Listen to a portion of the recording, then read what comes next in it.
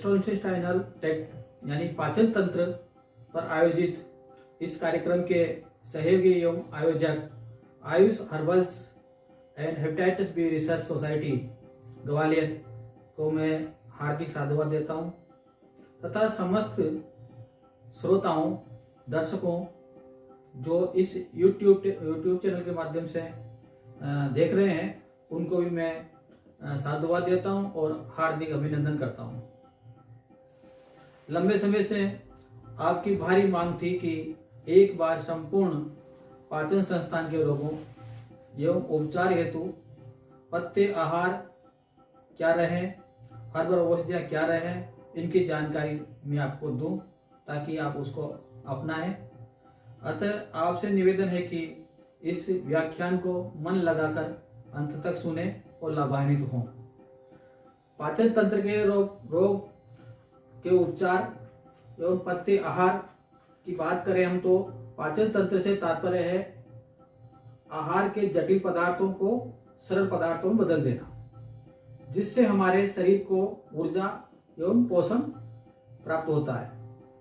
पाचन एक प्रकार से भौतिक रासायनिक फिजियोकेमिकल प्रक्रिया है जिसके अंतर्गत आहार का अंतर्ग्रहण, इंगेशन, पाचन, डाइजेशन, अवशोषण, एब्जॉर्प्शन, स्वांगीकरण, असिमिलेशन, बहिष्करण, इजेक्शन, ये चार प्रक्रियाएं हमारे पाचन में होती है।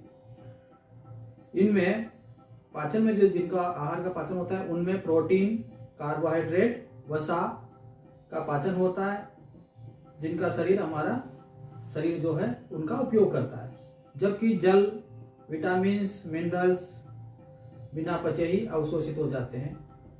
इस संपूर्ण पाचन तंत्र को हम आहार नाल कहते हैं, यानी कि गैस्ट्रोइंटेस्टाइनल ट्रैक्ट कहते हैं, जिसमें हमारा मुख, ग्रसनिका, आमाशय, ग्रहणी, छोटी आंत, बड़ी आंत, मलाशय और गुदा।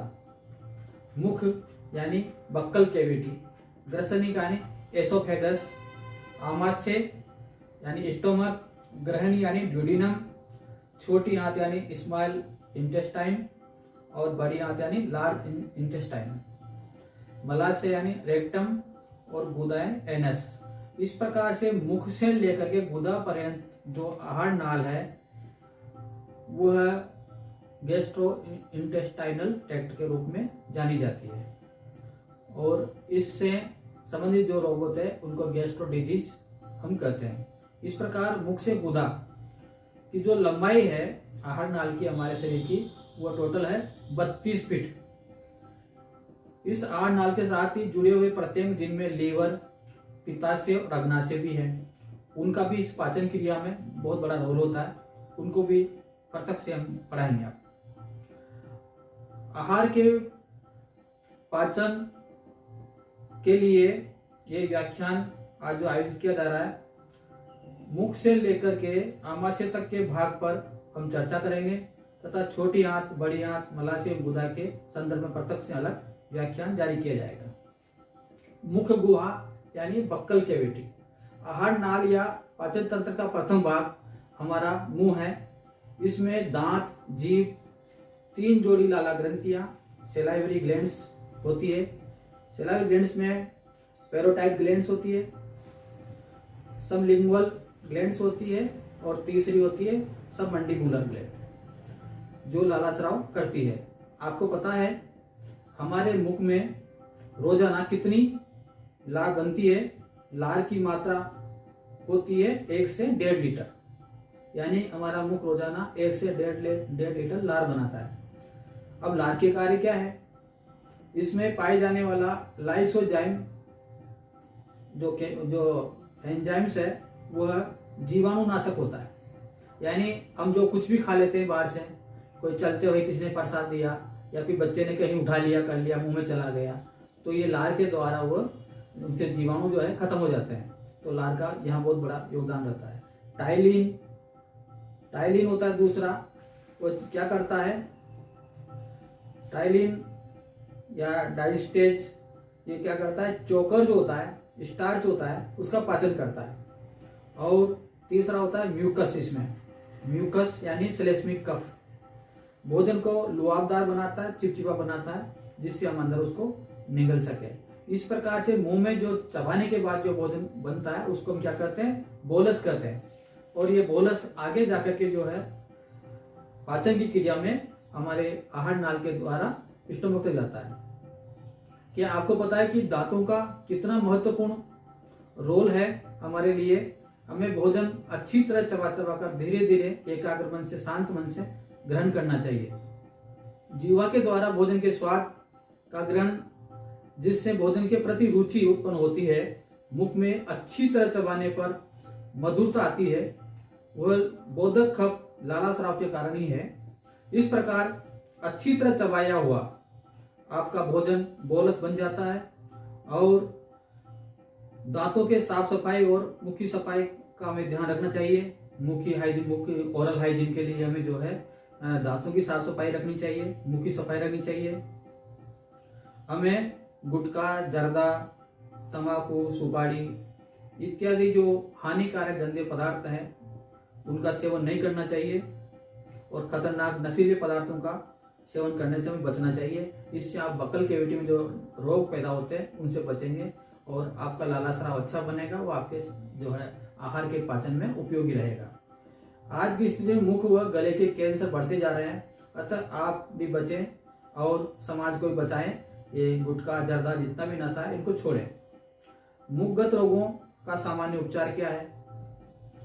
इनमें मुखगत रोगों में तो सामान्य उपचार की बात करते हैं हम, तो मुखगत रोगों में जो स्कर्वी होता है, मुसड़ों में से खून आना, गम्स में से ब्लीडिंग होना, इसके लिए सबसे अच्छा उपाय आंवल की रसायन।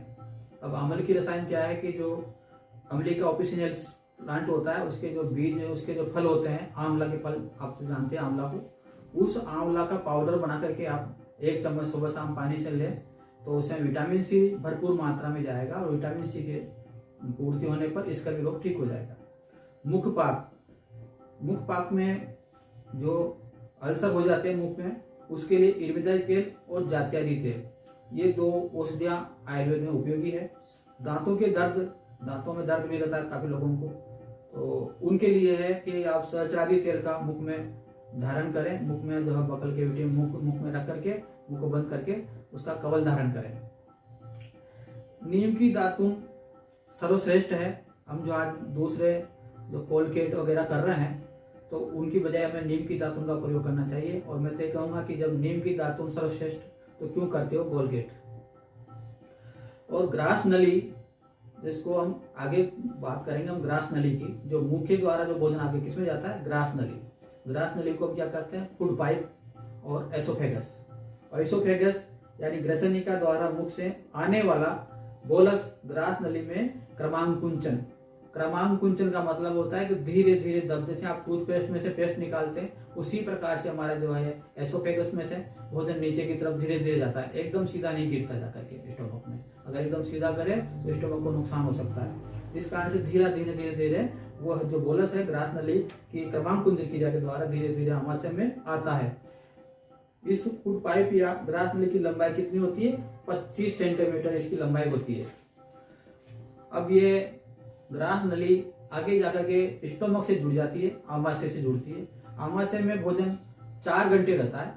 आमाशय के प्रथम भाग को कार्डिक कहते हैं, यानी कार्डिक ऑर्बिट है वो। और कार्डिक भाग से क्या निकलता है, HCl निकलता है, हाइड्रोक्लोरिक एसिड निकलता है, जहां अम्ल बढ़ जाता है। अगर हमने खान पान में एसिडिक भोजन ज्यादा लिया, तो हमने मान लो कि शराब, गुटखा, जर्दा, सुपारी, पानी पूरी, पानी बतासी, खट्टी चीजें, जलन करने वाले एसिडिक पदार्थ ज्यादा लिए, तो वहां पर HCl की मात्रा और भी ज्यादा बढ़ जाती है। ऐसी कंडीशन में क्या होता है कि एसिड बढ़ने से आगे जो हमारी एसोफेगस में वो एसिड आने लगती है, जिसको हम कहते हैं कि गले में दाह हो रही है, जलन हो रही है, एसिडिटी हो रही है। तो ऐसी एसिडिटी जो पेशेंट है उनके बचाव के लिए है कि आप एसिडिक पदार्थों का कम से कम प्रयोग करें और उनसे बचें। आमाशय का दूसरा भाग है, आमाशय के दूसरे भाग को हम कहते हैं रूजी, सेकंड पार्ट को, जिसको बॉडी के क्षेत्र में होता है, वो आमाशय का जो बॉडी पार्ट है उसमें रूजी पाई जाती है। रूजी क्या करती है कि भोजन को रोक के रखती है, और जब आपका स्टोमक खाली हो जाता है तो उस समय आपको भूख लगने लगती है कि हाँ भूख लग रही है अंदर से, तो ऐसा महसूस होता है, उसका आभास भी रुचि के कारण ही होता है। पाइलोरिक भाग, आमाशय का पाइलोरिक यानी सबसे नीचे का जो ड्यूडेनम में जुड़ता है उसको पाइलोरिक भाग कहते हैं। आमाशय के अंतिम भाग को पाइलोरिक कहा जाता है। इसमें जठर रस पाया जाता है। क्या पाया जाता है? गैस्ट्रिक जूस पाया जाता है। और जठर ग्रंथियों में पाए जाने वाले जठर रस में क्या होता है? एक तो रेनिन होता है और दूसरा होता है पेप्सिन। ये दो एंजाइम्स होते हैं जो कि हमारे रेनिन क्या करता है, जो दूध का होता है ना, दूध में केसिन होता है, उसका पाचन करता है रेनिन। और पेप्सिन क्या करता है? प्रोटीन का पाचन करता है। तो आपने देखा होगा बच्चों को ज्यादा दूध की जरूरत पड़ती है कि और उनका दूध जल्दी पच जाता है क्योंकि रेनिन पर्याप्त मात्रा में होता है। परंतु अधिकांश जो वृद्धावस्था में रेनिन का स्राव कम होने लग जाता है और उस स्थिति में जो है दूध का पाचन नहीं होता। तो हम आयुर्वेद में कहते हैं कि आप छाछ का या दही का प्रयोग भोजन के साथ करें। भोजनांते तक्रम पिबेत, इसी कारण से भोजन के बाद छाछ पिलाने का विधान आयुर्वेद में है कि छाछ का जो प्रोटीन है वो आराम से पच जाता है। आधा काम जो है लैक्टोबैसिलस बैक्टीरिया उसका कर देता है। तो आप छाछ का प्रयोग करें भोजन के बाद में। तो आप दूध की जगह छाछ का प्रयोग करेंगे तो आपको जो पेट में जो प्रॉब्लम होती है, एसिड होती है या किसी को गैस बनती है, वो नहीं होगी। ग्रसनी का एसोफेगस के प्रमुख रोग हैं जैसे सिकुड़न, एक्लेजिया। ये प्राय आमाशय के कार्डिक एंड पर गैस्ट्रोफेरिंजियल रिफ्लेक्स डिजीज है ये। दूसरे नंबर पे पहले अक्लेशिया में क्या होता है? अक्लेशिया यानी सिकुड़न हो जाती है। जो आहार नाल है, एसोफेगस है, वो प्रारंभिक भाग या एंड के भाग में सिकुड़ जाती है, जिससे भोजन निगलने में परेशानी होती है। और दूसरी महत्वपूर्ण बीमारी आपने सुनी होगी GERD। GERD यानी ऐसा जो है स्टोमक में जो है, जो आपका एसोफेगस है, वहां पर जो है दाह होना, प्रदाह होना, जलन होना बहुत ज्यादा मात्रा में, जिसको हम अम्लपित्त रोग भी कहते हैं। और ये अधिकांश रोगियों में मिलती है। एक होता है हिटल हर्निया, जो अभिवृद्धि हो जाती है, हर्निया बन जाता है उसमें आपके आहार नाल में, और एक साइड में वृद्धि हो जाती है, उसको जो है हिटल हर्निया बोलते हैं। और दूसरा होता है डाइवर्टिकुलम, एसोफेजियल डाइवर्टिकुलम। डाइवर्टिकुलम में क्या होता है कि संक्रमण से घाव बन जाता है, इन्फेक्शन हो जाता है, जीवाणुजन्य संक्रमण या वायरल इन्फेक्शन जो पेट में होते हैं वो आगे बढ़ करके और यहाँ पर ड्यूडेनम में अल्सर पैदा कर देते हैं। और आपने देखा होगा एडिनोकार्सिनोमा, जो एडिनोकार्सिनोमा होता है वो प्राय जो है इसी भाग में ज्यादा पाया जाता है। और एक बहुत महत्वपूर्ण बीमारी मैं बता दूं आपको आज जो मिलती है, और उसको डॉक्टर कहते हैं हार्ट अटैक आ गया, या कोई कह देते हैं हार्ट में बर्न हो रहा है, हार्ट की प्रॉब्लम हो रही है, वो भी यहाँ पर मिलती है। एनसीसीपी का नॉन कार्डिक चेस्ट पेन। ये नॉन कार्डिक चेस्ट पेन अभी बहुत मिलता है। जो बाजार का नाश्ता करते हैं, कचौड़ी समोसा खाते हैं, या जिनको एसिडिक ज्यादा प्रॉब्लम है, कोलेस्ट्रॉल वाली चीजों का ज्यादा प्रयोग करता है, तो वहां पर जो है हर्ट पेन जैसा महसूस होने लग जाता है। और अगर इसका उपचार करें तो ये आराम से ठीक हो जाता है, हर्ट पेन नहीं है। अधिकांश जो कार्डियोलॉजिस्ट के पास जाते हैं तो वहां पर ये जांच करने लग जाते हैं, और जांच के बाद में अधिकांश जो है इसमें जो है ऑपरेशन करा की सलाह दे देते हैं, एंजियोग्राफी कराते हैं, या कोई दूसरी प्रॉब्लम को सोल्व करने की कोशिश करते हैं। परंतु देखा जाए तो उसका भी अम्लपित्त के जो औषधियां हैं आयुर्वेद की, उनके द्वारा हम आराम से उनका उपचार कर सकते हैं। एक और बीमारी है पॉलीसोफेगल वेरिसस। कृष्ण का जो आहार नाल है उसमें रक्त वाहिनियों से रक्तस्राव होना। कारण क्या है? लीवर सिरोसिस के रोगियों में लीवर को ब्लड सप्लाई करने वाली पोर्टल वेन में रक्तदाब का बढ़ जाना। नॉर्मल रक्तदाब जो इसका होता है वो होता है 5 से 10 mmHg, परंतु जब ये प्रेशर 15 से ऊपर हो जाता है तो हम इसे पोर्टल हाइपरटेंशन कहते हैं। पोर्टल वेन में हाइपरटेंशन हो गया, ये आपको सोनोग्राफी में, अल्ट्रासोनोग्राफी कराएंगे आप तो उसमें मिलेगा। इसी प्रकार हिपेटिक वेन में रक्त का रुकना इत्यादि कारणों से ग्रसनिका की रक्तवाहिनियों का प्रेशर बढ़ने लगता है। अगर प्रेशर 18 से ऊपर जाता है तो रोगी को खून की उल्टियां होने लग जाती है। तो इस प्रकार से जो है लीवर सिरोसिस के पेशेंट में यह अधिकांश हम देखते हैं कि जो खून की उल्टियां होने लग जाती है और रोगी को बहुत जो है जान खतरे में आ जाता है। तो उस स्थिति में हम जो है इसमें उपचार करें तो ऐसी निरापद हर्बल मेडिसिन जो कि लीवर के सेल को पुनर्जीवित करती हो, रक्त वाहिनियों व लीवर के प्रेशर को कम करें, व्रणों का जो घाव है रक्तस्राव होने की संभावना उसको रोकें और रोगी के लीवर को विशेष कर से जो बचाव कर सके ऐसी औषधियों का प्रयोग करना चाहिए।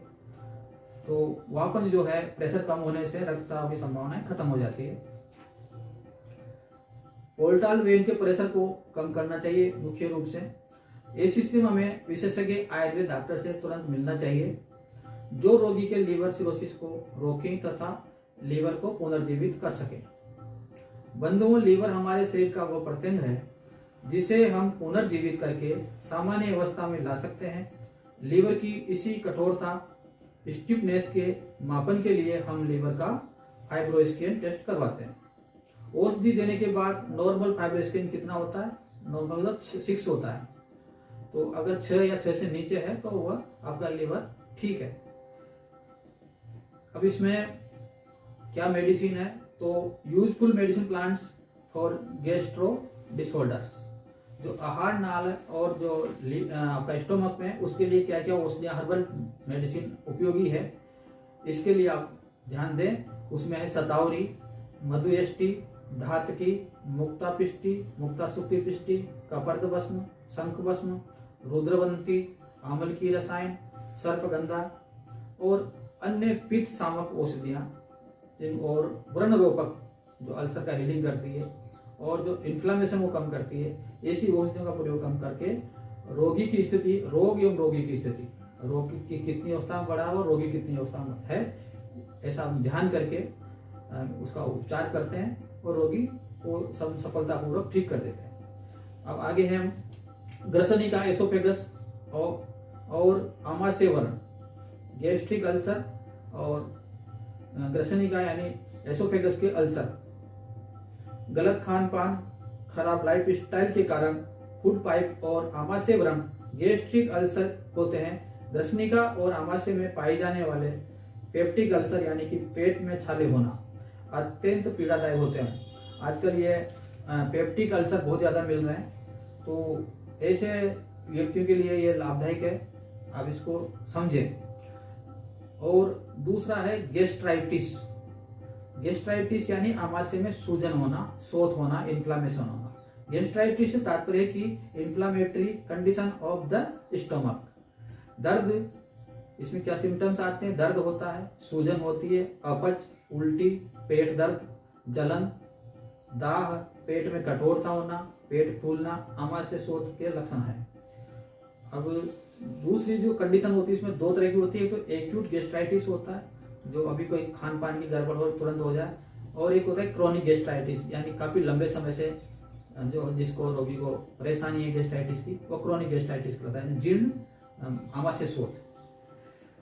गैस्ट्राइटिस के कारण है ज्यादा मिर्च मसाले चटपटा खाना यानी हाईली स्पाइस्ड फूड लेना, अत्यधिक शराब का सेवन, भूखे रहना, समय पर भोजन नहीं करना, अत्यधिक बीड़ी, सिगरेट, तंबाकू का प्रयोग करना, वायरल हेपेटाइटिस हो जाना, जीवाणु का संक्रमण होना, एलोपैथिक दर्द निवारक दवाइयां जैसे एस्प्रिन आदि का प्रयोग करना, कास्टिक सोडा, फास्ट फूड या केमिकल युक्त खान पान जो आजकल बाजार में चल रहे हैं उनका ज्यादा प्रयोग करना। अब तक हमने मुख्य ग्रसनिका व आमाशय के बारे में आपको जानकारी दी इस वीडियो के माध्यम से, और भोजन पर हमने परिचर्चा की है। मुख्य ग्रसनिका आमाशय ठीक रहे इस हेतु हमें पथ्य आहार का नियमित रूप से प्रयोग करना चाहिए। जिन कारणों से हमें परेशानी होती है उनको आप छोड़ दें। हम आपको लाभदायक खान पान बता रहे हैं, उनका अनुसरण करें, क्योंकि अधिकांश रोगियों का ये कथन है कि आप जो है हमें खान पान के बारे में बताएं, क्या परहेज करना चाहिए, क्या हमारे लाभदायक है और क्या हानिकारक है। तो आपको जो हानिकारक चीजें हैं जो हमको आपको छोड़ देना चाहिए, उनमें है फास्ट फूड, डिब्बाबंद खाद्य पदार्थ, कोल्ड ड्रिंक्स, शराब, गुटखा, जर्दा, कचौड़ी, समोसा, मिर्ची, बाजार के समस्त नाश्ते, मैदा युक्त खाद्य, रिफाइंड तेल, जेली, जैम, चॉकलेट, आइसक्रीम, अंडा, फ्रिज का पानी, दूषित पानी, डालडा, भैंस का घी, रेडीमेड मसाले, रेडीमेड आटा, मांसाहार, अचार, रेस्टोरेंट एवं होटल का खाना, देर रात्रि में भोजन करना, अरबी, पूड़ी, पराठा, तेल फ्राई, चिप्स, कुरकुरे, नमकीन, मोमोस, बीड़ी, सिगरेट, नमकीन, नमक, भारी मात्रा में वजन उठाना, पॉपकॉर्न, पाम ऑयल, अत्यधिक व्यायाम, ज्यादा शारीरिक परिश्रम करना, मानसिक तनाव में रहना, धूल, धुआं, प्रदूषण, समस्त प्रकार के केमिकल युक्त और एलोपैथिक में बहुत सारी जो दवाएं हैं जो इसको नुकसान करती है, अल्सर पैदा करती है, उनसे बचें। एलोपैथिक पेन किलरों से बचें।